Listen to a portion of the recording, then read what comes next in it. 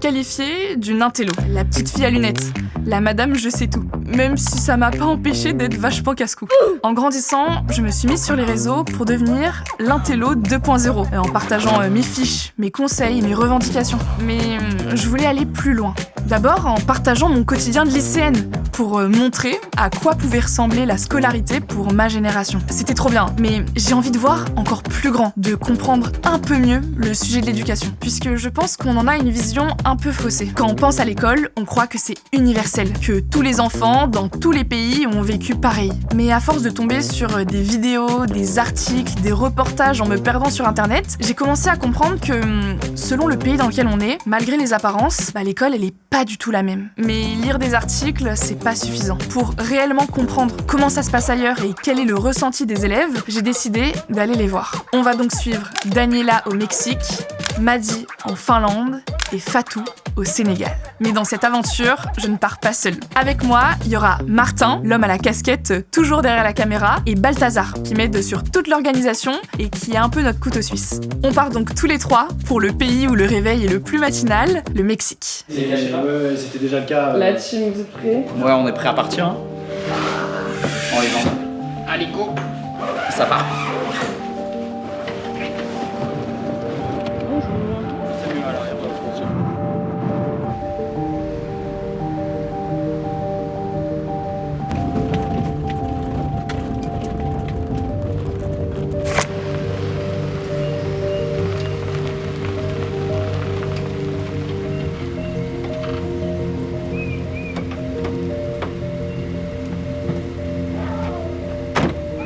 Ok, bon là il est 6h et on arrive chez Daniela. On va voir un peu comment ça se passe sa matinée avant d'aller à l'école.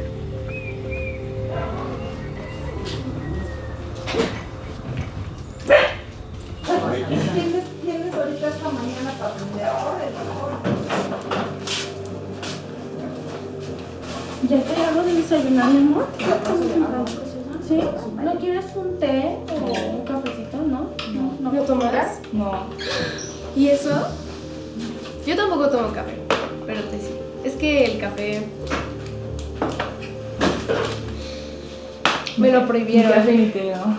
Muchas gracias. En general los estudiantes y los alumnos mexicanos. Generalmente como huevo con algo.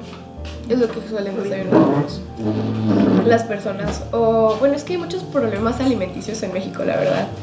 Hay muchas personas que no desayunan. Ok, vale. ¿A qué desayunan? Cuando fue en la escuela, creo pan con un poco de chocolate. Diferentes. No, es... ¿Cómo se dice sucré? Azucarado. Es azucarado. Únicamente. Los franceses comen únicamente azucarado en la mañana. Wow. Bastante azúcar consumen, pero wow, súper bien, qué rico. Trabajemos desde septiembre hasta junio. Wow. Y tenemos 2 meses de vacaciones. ¿Nada más 2 meses? ¿Solo eso? No, tenemos 2 meses de vacaciones y a lo largo del año tenemos 2 semanas de vacaciones.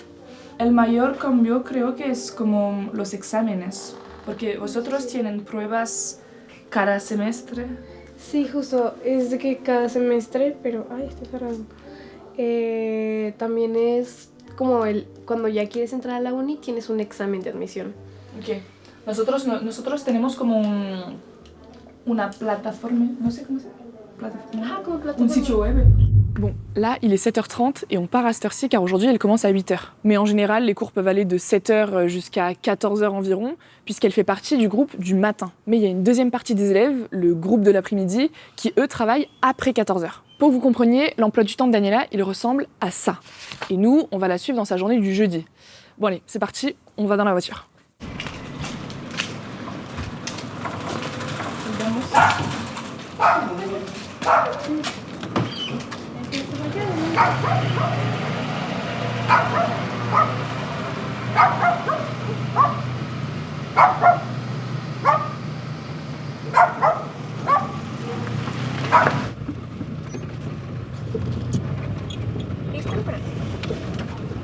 para ti mucho. Muy temprano. Aparte me toca con Irán. ¿Quién es? Es un maestro de física, pero ves que me tocó 3 maestras súper estrictas. Él es el menos estricto de las 3, entonces está increíble. De hecho, hoy fui muy puntual.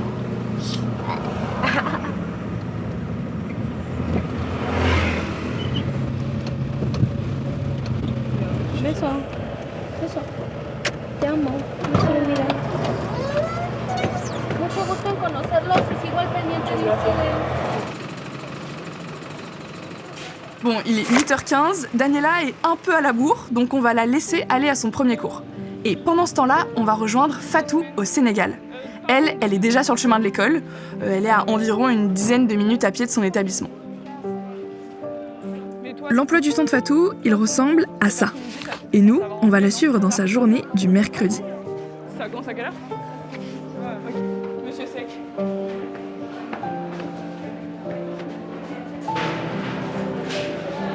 Cette place? Au Sénégal, l'éducation est obligatoire jusqu'à 16 ans et se compose en 3 parties. La première, c'est l'enseignement primaire de 6 à 12 ans, allant du cours d'initiation au CM2, à l'issue duquel les élèves passent le certificat de fin d'études élémentaires qui leur permet d'accéder au collège. Le collège, c'est notre deuxième partie, qui concerne les élèves de 13 à 16 ans. Ici, on va de la 6e à la 3e. Et au bout de ça, on décroche le BFEM, le brevet de fin d'études moyennes. Et enfin, on accède au lycée, durant lequel on prépare en 3 ans le diplôme du baccalauréat, qu'on obtient vers les 19 ans. Alors oui, c'est flagrant, on reconnaît là la structure du système français. Et ça montre l'héritage colonial qui reste collé au pays.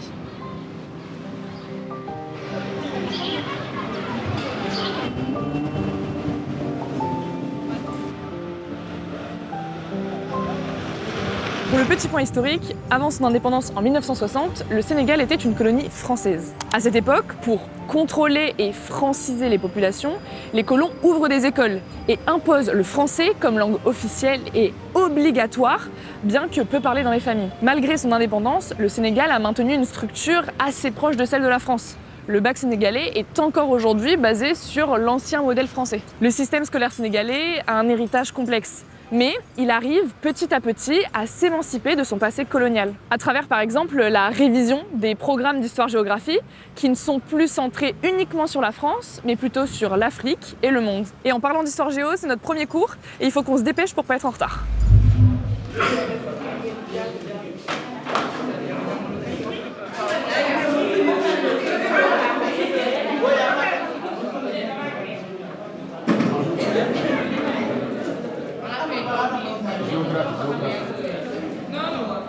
Bon, le cours était censé commencer à 8h, il est 8h22, on va voir quand ça commence. En attendant que le prof arrive, on va aller à la rencontre de Madi en Finlande. Bon, alors je vous préviens, c'est pas la même température.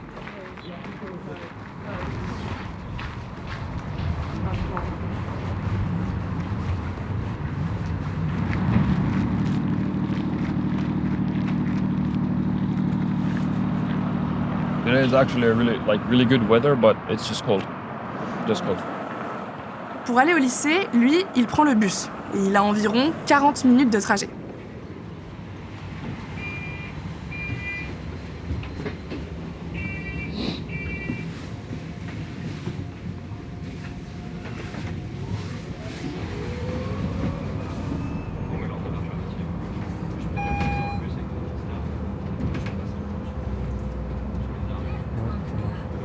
So currently we're having like area and municipality elections, and I just turned 18, so I can actually vote.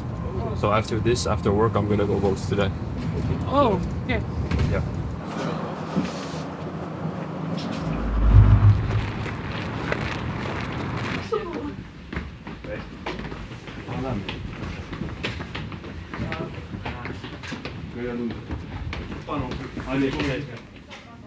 Il fait tellement froid et il y a une telle différence de température entre l'extérieur et l'intérieur.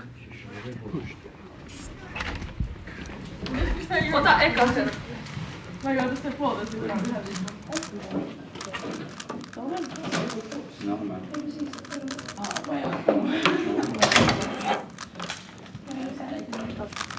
Après ça peut insister, je vais pas cacher dans la maison.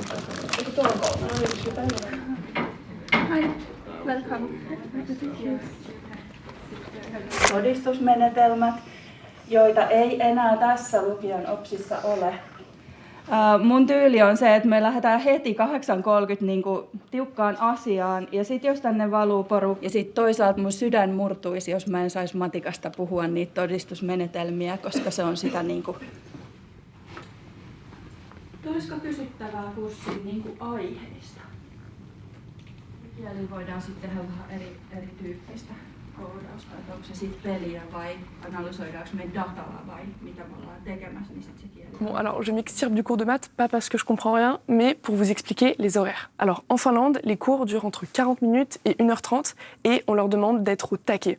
Vous l'avez vu, il y a zéro bavardage. Au lycée, les cours commencent entre 8 et 9h et finissent généralement vers 14h. L'emploi du temps de Madi, il ressemble à ça. Aujourd'hui, c'est sa journée la plus longue, donc il finit à 16h et à chaque fois, il a 10-15 minutes de pause entre chaque cours et 45 minutes pour la pause déj. Bon allez, vous avez compris le concept, on y retourne.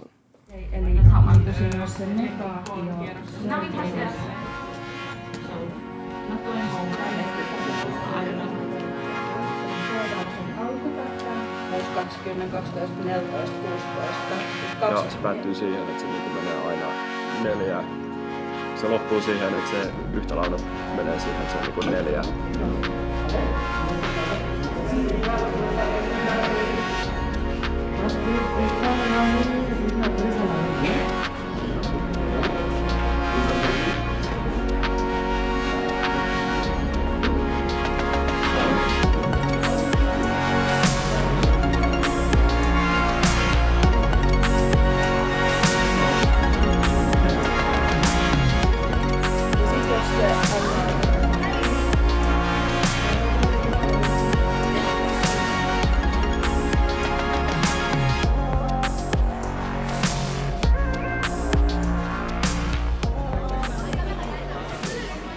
Il est 9h30 et c'est el receso, la pause quoi.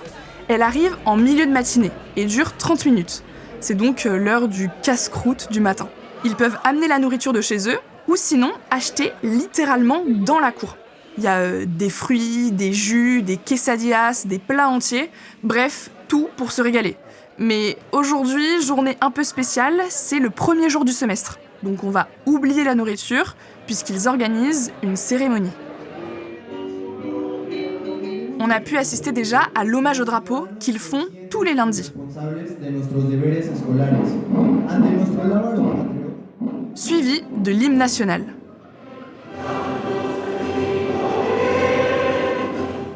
Et ensuite, on a eu des textes lus par des élèves et une remise de diplôme pour les plus méritants. Et c'est là que c'est marrant pour vous et un peu moins pour moi. Je me suis retrouvée parmi tous les élèves du lycée pour distribuer des diplômes et les féliciter. Bref, il y avait beaucoup de diplômes. C'est trop bien. Ça crée un vrai sentiment de fierté et ça les valorise. Mais ce qui saute aux yeux, c'est que c'est en grande partie les mêmes élèves qui en reçoivent plusieurs. Bon allez, j'ai fini de serrer des mains, il est temps de reprendre. Et vu qu'on n'a pas eu le droit à notre pause nourriture, on va aller la prendre au Sénégal.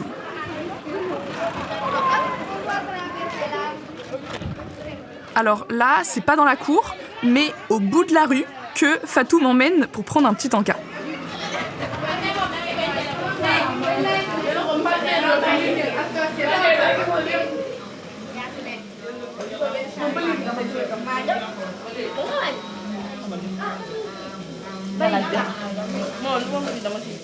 Dans chaque pays, c'est intéressant de voir que tout est vraiment adapté au climat. On retrouve les ventilateurs, au Sénégal comme au Mexique au plafond, et tout est ouvert. Alors qu'en Finlande, c'est totalement l'inverse. Tout est pensé pour le froid. Entre les cours, ils ne vont pas se balader à l'extérieur. D'ailleurs, ils n'ont même pas de cours de récréation dans le lycée de Madi. Mathilde, t'as l'air genre perdu. Un peu, ouais. Il y a trop d'informations pour moi. Par contre, il fait super bon à l'intérieur. Et c'est d'ailleurs l'heure d'aller en cours d'art.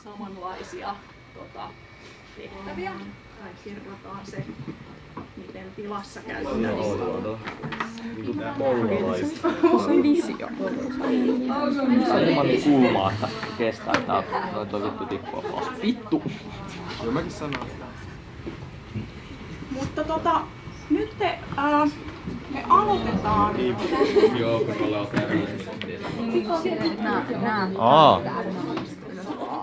Bon, on va les laisser faire leur tour, et pendant ce temps-là, je vais vous expliquer un peu le système finlandais. Bon, alors là, on est dans le réfectoire. Je vais pas parler hyper fort parce qu'il y a pas mal d'étudiants qui travaillent, mais je vais vous expliquer un petit peu comment ça se passe, les études en Finlande. Alors, tout d'abord, l'école, elle est obligatoire de 7 à 16 ans. Jusqu'à 12 ans, c'est l'école primaire. Ala-ast. Puis jusqu'à 16 ans, c'est l'équivalent du collège, Ila-ast. Et ces deux parties, elles sont combinées pour former l'école fondamentale, Peruskoulu.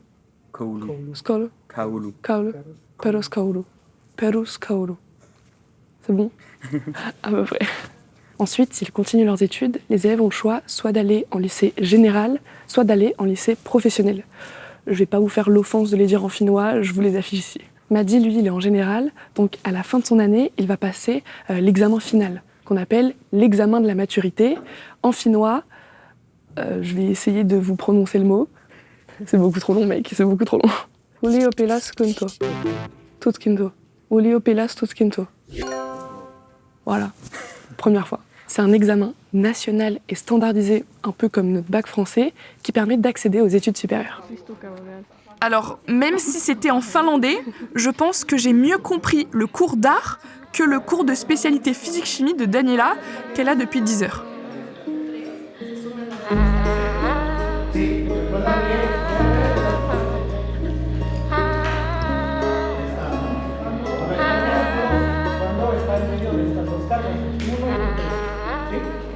Donc, solution drastique, je profite des avantages que j'ai de ne pas être vraiment élève. Je suis sortie du cours pour aller faire un tour dans l'école et me défouler un peu.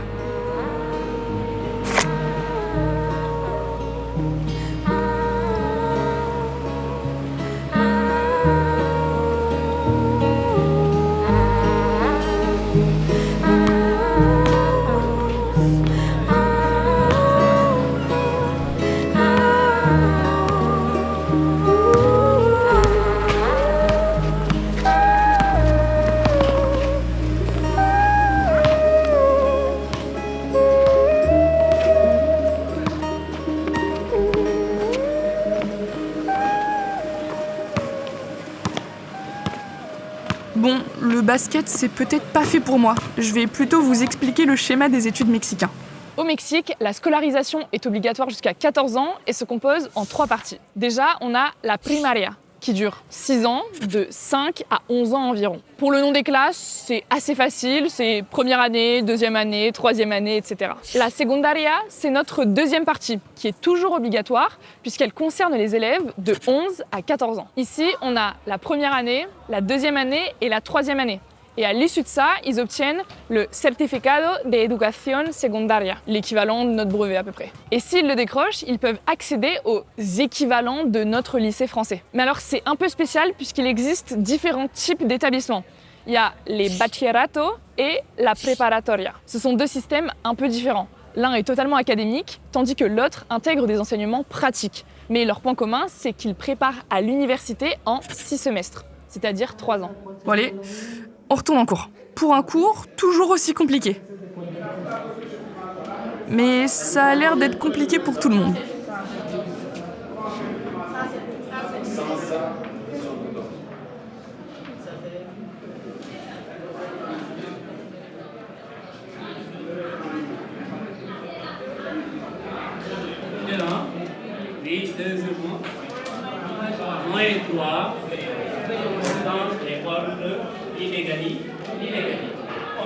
Alors, en revisionnant cet extrait, je le vois, le cours de maths, il est assez technique. Et ça, c'est ce qui attend les jeunes Sénégalais qui vont partir en seconde S. Car oui, les élèves ont le choix entre 4 filières. Série S, scientifique, série L, littéraire, série G, gestion et économie, et enfin, la série T, technique. Bref, on va abréger les souffrances des mathématiques et on va aller manger.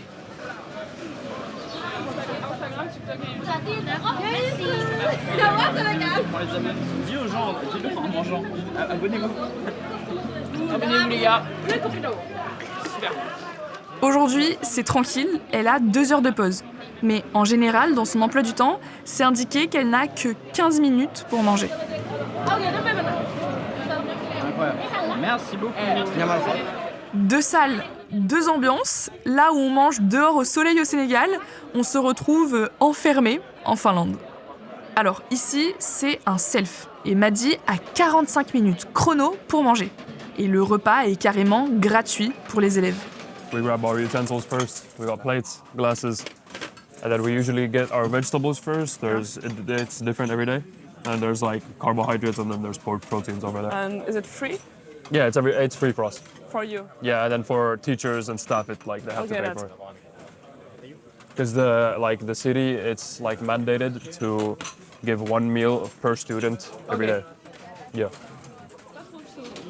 Je pense que c'est du poulet basquez. Poulet basquez, peut-être. J'ai pris du riz, j'ai pris du pain, je sais pas trop. Et là, je vais me servir un petit verre d'eau. C'est très à la chaîne, mais... Vous êtes arrivé aujourd'hui? Alors c'est assez anecdotique, même en Finlande, je me fais reconnaître. Les Finlandais ont dû se demander ce qui se passait. Première vague de français. Look at what are the odds that you get? Pick this one, he opens this one, you switch, you win. The other way around, you pick this one, then he opens this one, you switch, then you win. Yeah. That is 2 out of 3. The Okay, other now way- you open this one, but can you not get the car from that other door? Yes. Damn it. I pick this. They open this one. Mahdi tulee siinä matikakokeessa silleen. Olis toi teidän Jos mä kävelen mun kämppään, niin siinä mun huoneessa on joko $1 million tai ei ole $1 million.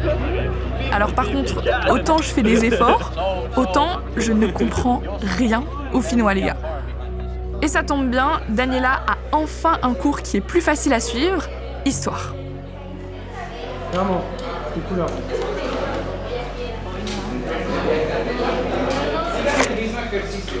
¿Qué es lo que me falta aquí? Buscar primero qué? El CC, ¿qué? Que suban, ¿cuándo llega este sujeto? Yo sé de octubre de qué?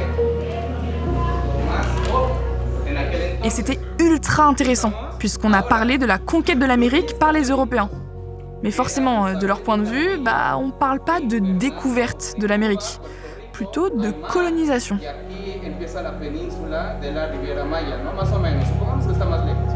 Y aquí hay una isla que se llama la Isla de las Mujeres. ¿Sí han escuchado? La embarcación de este sujeto llega, aquí está la bandera de España, y dice, ahí te ves, yo empiezo a buscar, y se encuentran con esto. ¿Qué papel tuvo Francia para que México tuviera un movimiento autónomo llamado Movimiento de Independencia? No, respóndame, no me preguntan. Fue la conquista de España. Ok, ¿ese fue el papel de Francia? O sea, yo me estoy saltando a España, ¿eh? Quiero ver cómo fue el impacto que tuvo Francia en nosotros. Venga, sí saben, todos sabemos. Pendant ce temps-là, au Sénégal, on est toujours en pause méridienne et on me fait des tours de magie.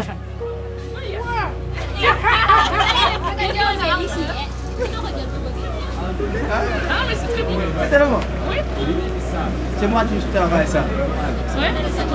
C'est moi qui travaille ça. 200 francs. Ok, non, mais je te donne 200 moi. Oui, bien dans une. Bah, très bien. Juste, petite pause, si vous ne comprenez pas, c'est normal. Les élèves entre eux, ils parlent le Wolof, qui est la langue la plus répandue au Sénégal. Juste, en cours, ils sont obligés de parler français. Énième empreinte du passé colonial.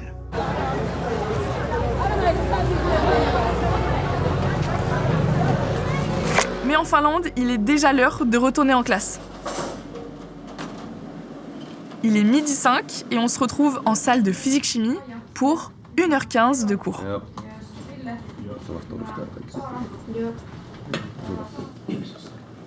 Onko valmista? Uskallatteko pistää äänestyksen voimaan? Et ça y est, il est 12h30, les cours formels sont finis. Maintenant, place au parascolaire. Alors ça, c'est une activité sportive ou créative qu'ils ont une fois par semaine. Ils choisissent en première année l'activité qu'ils suivront pendant les 6 semestres. Mais il y en a plein de proposés.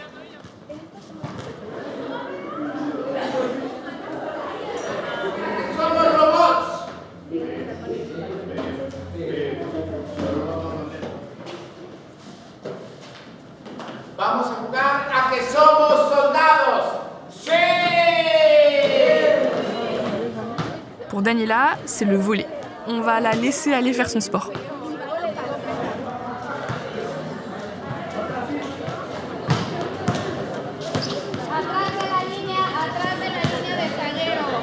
Lo buscan por un tema de salud. Somos uno de los países más obesos en el mundo. Es un problema que se tiene que solucionar y creo que esto incentiva eso. En segundo lugar, como lo es artes plásticas, tenemos mucha cultura y queremos que eso se demuestre y se trabaje y que incluso si tu área es el arte, lo sigas impactando y lo sigas pudiendo llevar a su máximo esplendor. Para ti, Coco, la película de Disney, ¿Coco es representativa bien o no? Nunca he visto Coco. Oh. Pero ahorita le hacemos esa pregunta a alguien que sí ha visto Coco. Nosotros nos gusta ¿Sí? Coco, de verdad. Pues según yo, sí la representa bien. Ok. Pero pues sí, igual como que son ideas arraigadas y estereotipadas de lo que es México, como solamente enseñando los pueblitos, pero creo que es lo más representativo de México. También hay ciudades, pero lo que hace enaltecer a México son esas culturas indígenas que destacan y hacen que todo esto sea como muy característico. Que tú veas una figura como esta o una flor de cempasúchil, que son justo estas, y tú piensas en México. ¿Que han olido esto? ¿Qué? El cempasúchil, ¿lo han podido leer? De verdad no huele muy rico. Hay personas que les encanta el olor, yo no soy muy fan, pero es una flor con un olor muy fuerte. De hecho, creo que más que cualquier otra que he olido. Vale. Y bueno, ya.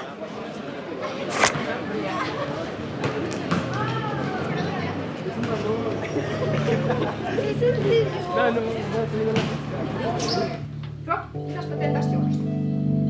Veu colors? I no m'ha les colors.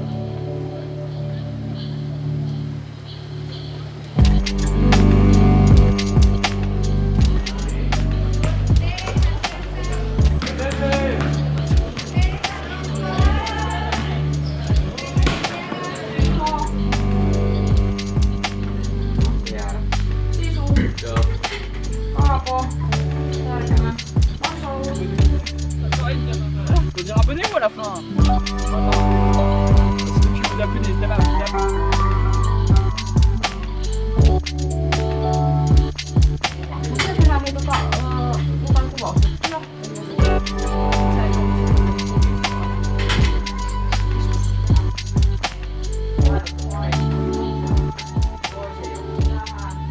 Bon, alors là, il est 13h20 et Daniela, elle vient de finir sa journée, puisque comme je vous l'ai expliqué, elle fait partie du groupe 1. Et là, ce qui va se passer, c'est qu'en fait, tous les élèves qui font partie du groupe du matin, ils vont sortir, puisqu'ils ont fini.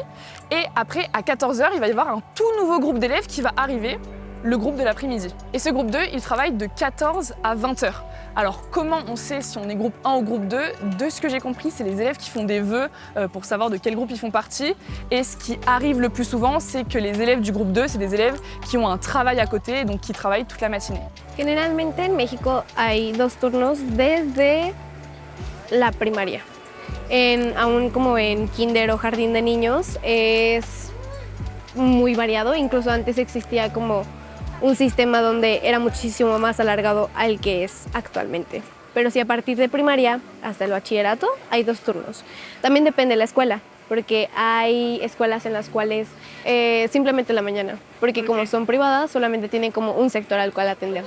A diferencia del público, que es como aquí bachilleres, tiene un horario en la mañana que es de 7 de la mañana a 1:20. ¿Y es digo que elige de ser parte del turno de la mañana? ¿Que si lo eliges? Sí. No, es por un examen de admisión.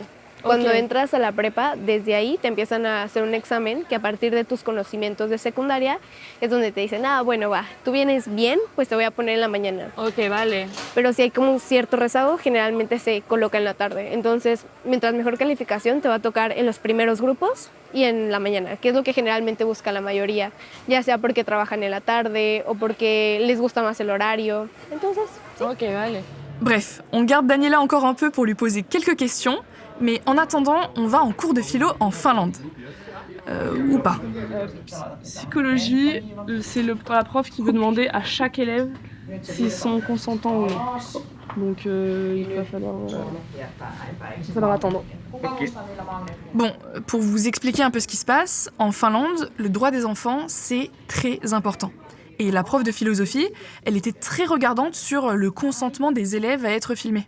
Et même si aujourd'hui le système finlandais est considéré comme l'un des plus innovants sur la planète, ça n'a pas toujours été le cas. Avant, la Finlande avait un système assez classique, calqué sur les autres pays européens. Mais à partir des années 70, elle a décidé de totalement repenser son système éducatif. Tout a commencé par la réforme de la Comprehensive School, peruskoulu en finnois. Là, l'idée, c'était d'abolir les inégalités et la compétition qui existe entre les élèves à l'école. Cette réforme, elle marque un vrai changement. Elle est basée sur l'égalité des chances et se concentre sur l'enfant et non ses résultats. Ensuite, dans les années 90, une autre réforme voit le jour. La totale liberté donnée aux professeurs, plus de fonctionnement national, mais un système où chaque ville peut adapter son cursus. Et on fait confiance aux profs. On les inspecte moins, on ne leur donne plus de programmes stricts à appliquer ou de ressources à utiliser. C'est eux qui font leurs cours et choisissent comment le faire. Après, bien sûr, cette liberté, elle peut avoir des limites parce que ça induit que c'est pas pareil partout. Et justement, un autre pays où le système n'est pas national mais varie selon les localités, c'est le Mexique. Donc on y retourne pour retrouver Daniela parce que là, je commence à avoir un petit peu froid.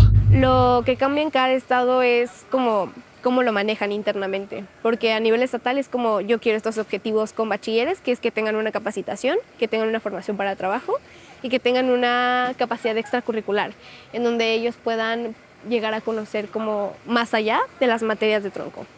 Au contraire, au Sénégal, on est vraiment sur un système national, même si certaines choses sont gérées par les académies. Et justement, Fatou nous l'explique durant sa pause, la semaine où on est allé la voir, certaines classes sont en composition. Les compositions, c'est des sortes d'examens que toutes les classes passent chaque semestre au Sénégal. Ça concerne toutes les matières et ça a plusieurs enjeux. Déjà, ça les prépare aux examens finaux. Ensuite, c'est leurs notes de semestre. Donc c'est ce qui va régir leur orientation. Et enfin, ça dresse un classement des élèves qui est affiché dans l'école.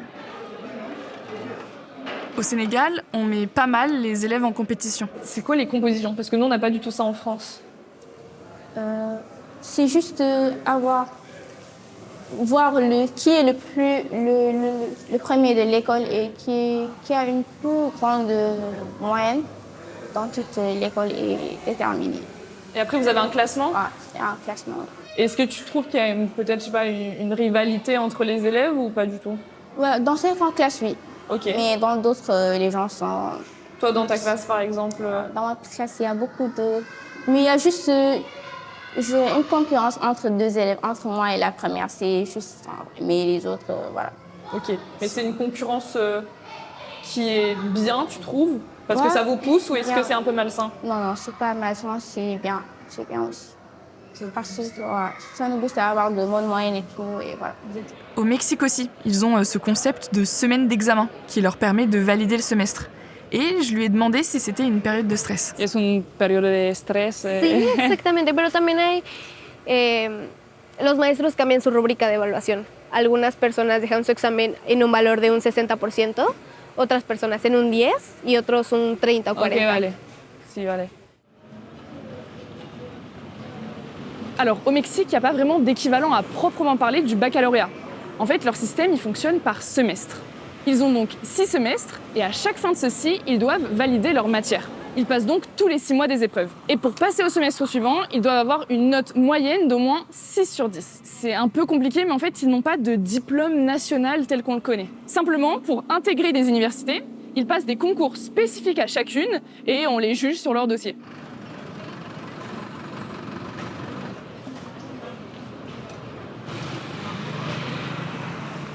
Au Mexique aussi, On pousse les élèves à se dépasser via leurs résultats scolaires, avec par exemple les diplômes honorifiques ou encore l'attribution des groupes du matin et de l'après-midi.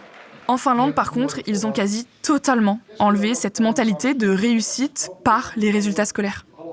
I don't think there's really much competition when it comes to the Finnish school system. Individual students, they don't have like competition against each other. I think everyone can cooperate and work well with each other. Mais on peut se le demander, est-ce que ça fait une vraie différence pour le niveau et le bien-être à l'école? I think the general well-being of Finnish students is good because usually every student has one friend at least in school, so they look forward to coming to school. Maybe some students don't really like the amount of work that we have to do, but I think usually it's good. L'école, c'est souvent une source de stress et les gens se sentent pas bien. Comment tu vois ça, toi, au Sénégal? Je dirais que c'est la même chose. Ok. Mais je crois pas que ça sera pour tout le monde. Il y aura d'autres personnes qui ont une opinion différente de ça. Comme moi j'aime bien l'école. Mais les élèves sont contents de venir à l'école le matin ou pas? Je crois pas. Je crois. C'est trop tôt, c'est ça? Ouais. Ah, il faut faire dormir. Creo que sí les gusta mucho, o sea, algunos porque disfrutamos muchísimo las clases en el sentido de que los maestros por esta misma accesibilidad o esta misma confianza de poderle dar mis preguntas de una forma como no tan formal y más en sentido de generar un lazo menos formal para que yo pueda sentir esa confianza. Creo que nos da mucha paz eso y creo que nos gusta mucho venir porque los maestros hacen que nos sintamos así. Pero aparte creo que hay muchas relaciones en la escuela donde nosotros, justamente al tener diferentes salones de clase, tenemos diferentes grupos de amigos. Sí.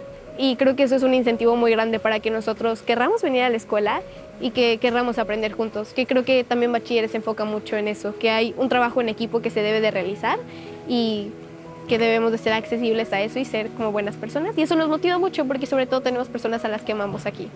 ¿Y tienes como mucho trabajo y muchos deberes a hacer en tu casa? Creo que esto cambia un poquito en mí, a diferencia de un estudiante como normal de bachilleres, porque tengo bastantes actividades extra. Okay, vale. Entonces eso cambia mucho el cómo me siento yo de presionada o estresada o con más deberes que otras personas. Homework. Even though many people and sources say that Finland doesn't have homework, we do get a lot of homework. A lot? Yeah, a lot of homework. Or it depends really on the person. I personally feel like the homework, the amount that we have is like on the line of being a bit too much.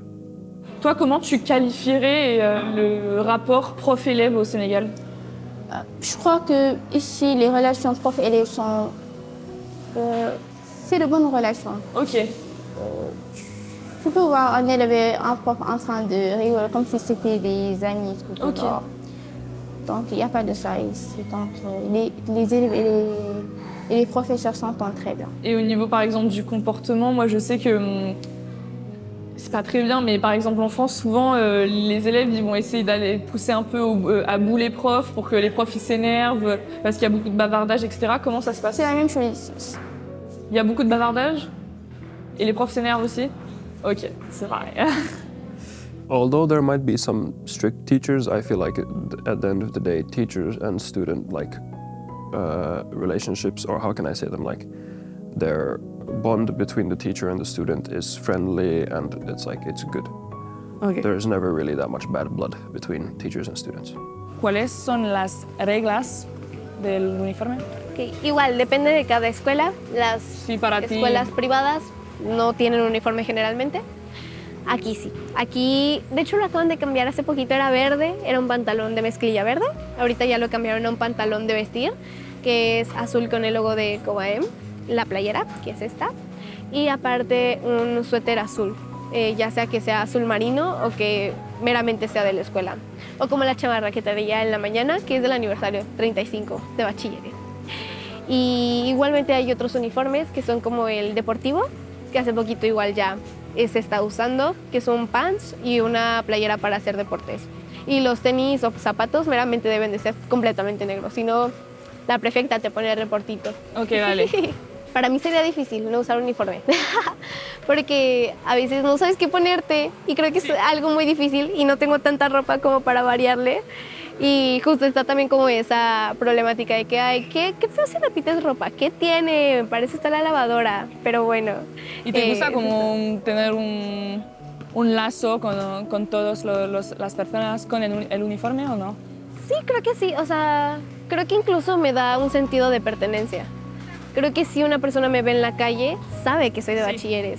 Y que si ve a otra persona en la calle, es de bachilleres. Hace poquito me pasó que con amigas fui al centro de Cuernavaca y vimos a otra niña con el uniforme y dijimos, ¡ay, esta de ahí me representa, es mi gran íntima! Pero pues es porque se reconoce con el uniforme. Y creo que eso también da a entender que hay representatividad en el Estado con el uniforme. Quand on sort des cours, tout le monde est avec sa musique, tout le monde est avec son téléphone, etc. Et les gens ne se parlent plus trop. Est-ce que toi, tu vois ça ou personne n'est sur son téléphone en sortant? C'est pas genre... tout le monde est sur son téléphone, mais pas trop quand même ici. Pas trop. Les gens discutent quand on a les pauses comme ceci-là. Mais pour s'accrocher au téléphone jusqu'à plus parler aux gens, non, je crois pas. Ils sont quand même beaucoup sur les réseaux sociaux. Mais... No, creo que en realidad los teléfonos se usan más cuando tienes un tema de ansiedad o no quieres hablar con alguien. O sea, si yo no tengo amigos, es muy probable que yo esté viendo mi teléfono para que no piensen que estoy sola. Voy a usar mi teléfono cuando estoy con mis amigos, porque eso no suele suceder. Estoy con mis amigos, yo me centro con ellos, platico con ellos, como con ellos, estudio con ellos. Pero si estoy con el teléfono es una manera de evadir la sociedad. Eso totalmente. Which country do you think has the best education system? And why? I would almost say Finland. I don't think I can think of any other country that has a better education system. Yo creo que es Suiza. Because it's free, it's very versatile, and it's like it holds many opportunities for everyone. Porque tienen una manera de estudiar que no es solamente estar sentados. Es algo que también bachilleres está cambiando y lo vimos en teatro, pero creo que sí es algo difícil que aún hay que modificar. Y es justo también los nuevos enfoques que está buscando la nueva escuela mexicana, que seamos una potencia mundial. Bref, je vais les laisser respirer un peu avec mes questions et je pense qu'il est temps de raccompagner Daniela qui a fini les cours depuis un moment déjà. Attendez, pause. Sa tête vous dit pas quelque chose? Oui, vous l'avez bien reconnu. C'est le gars avec qui j'ai joué au basket. Alors, il y a plusieurs centaines de garçons et au hasard, j'ai proposé à son copain de jouer avec moi. La probabilité est folle.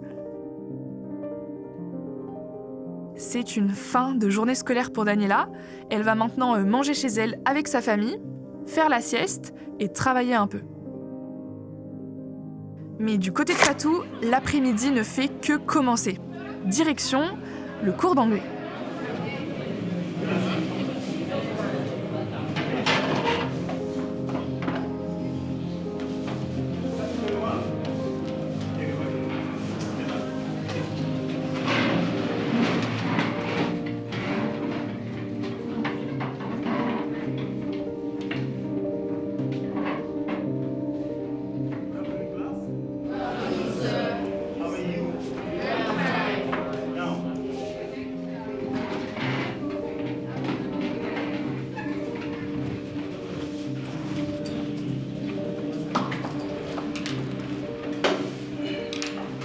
When I say what do I mean? When I say what, I mean what? I mean object or things or animals sometimes. Here we can say animal or we say things. It was very heavy. C'était très lourd. Est-ce que de là à là, j'ai une personne masculine ou singulier? Non. Madi, quant à lui, attaque son dernier cours de la journée. Meille riittää tämä pala. Eli esimerkiksi tuolta puijon standardissa, eli noan kolomien, kolomien.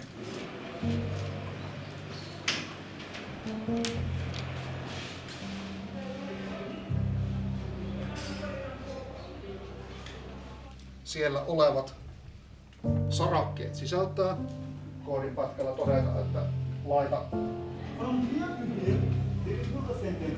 16h, le cours de Fatou est fini.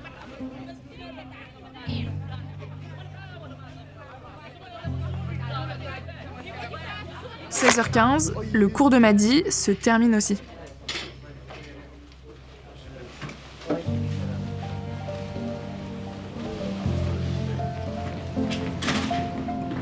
Madi, lui, il va prendre le bus pour rentrer chez lui et aller travailler.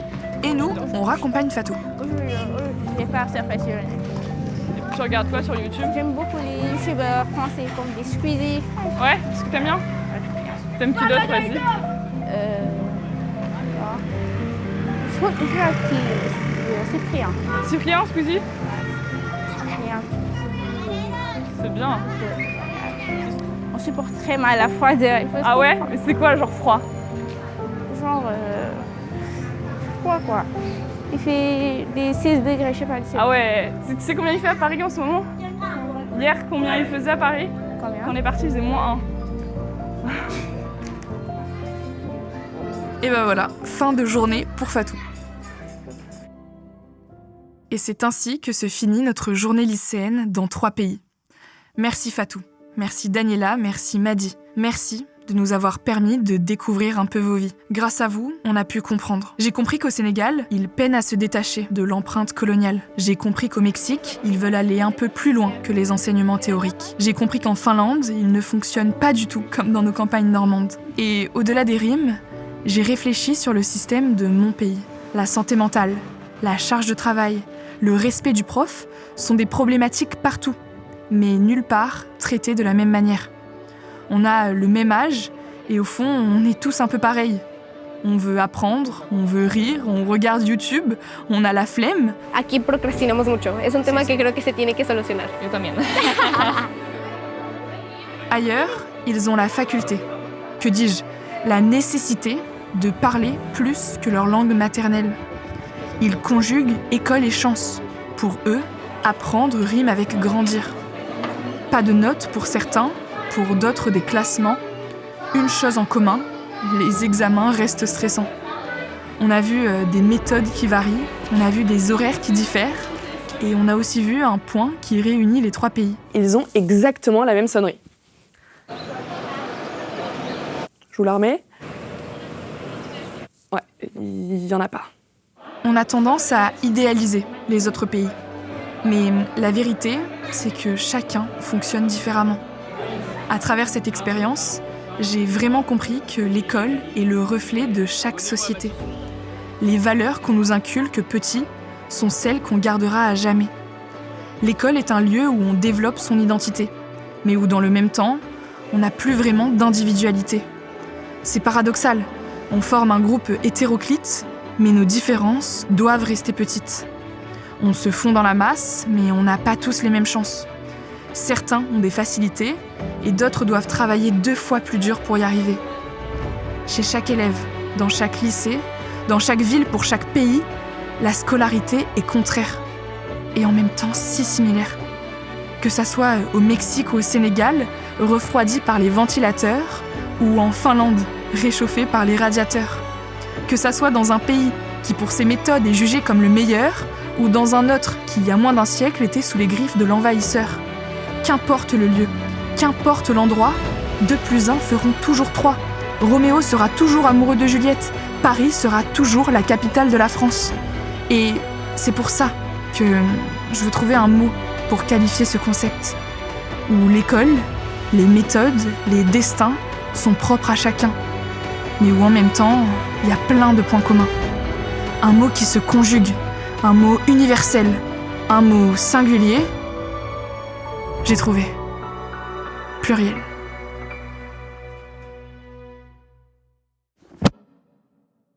C'est pas l'école qui a tué tant de rêveurs et trop d'artistes. L'humanité est bien plus forte qu'une zone géographique. Les lettres nous servent tellement à exprimer ces idées enfouies. Les clairvoyants chuchotent là où tant de fous crient. À toutes les questions sans réponse, la réponse c'est peut-être grandir. Les frontières du monde regardent les oiseaux les franchir. Les cœurs étrangers apprennent à battre au même rythme. Une rue d'écart, un pays du Sénégal au Mexique. Verte et bleue, c'est un océan en Finlande sous un ciel artiste peintre d'aurore boréale partout. Les bancs d'école accueillent les rêves d'unité. Mettons des tableaux ancrés sur tous les murs gris ternes. On oubliera nos idées, leur infinie obscurité. Le jour où liberté se conjuguera au pluriel, on oubliera l'obscurité. C'est au fond d'un cahier qu'on a pris un stylo et gravé notre histoire. On vit sur 1 mètre carré, une pièce avec trop de miroirs. Comment veux-tu qu'on voit les autres? On est régi par l'ego qui prétend voir au fond de soi sans jamais n'y voir les autres. Les liens qu'on crée, ils sont vivants, impérissables. Le poète l'a dit, combien de sanglots pour un air de guitare. L'amour nous fera écrire combien on tient à la vie. Tu le crois pas? Demande un jour à Fatou Daniel Amadi. Observe ceux qui les animent là. L'arme au coin d'un œil lumineux jamais ne tarira. Sois-en fier, sur le chemin de l'école on ne part pas en guerre. Les rêves les plus fous, l'humain les scande en direction du ciel. À quoi bon rêver si la liberté n'est pas plurielle? Oublions l'obscurité.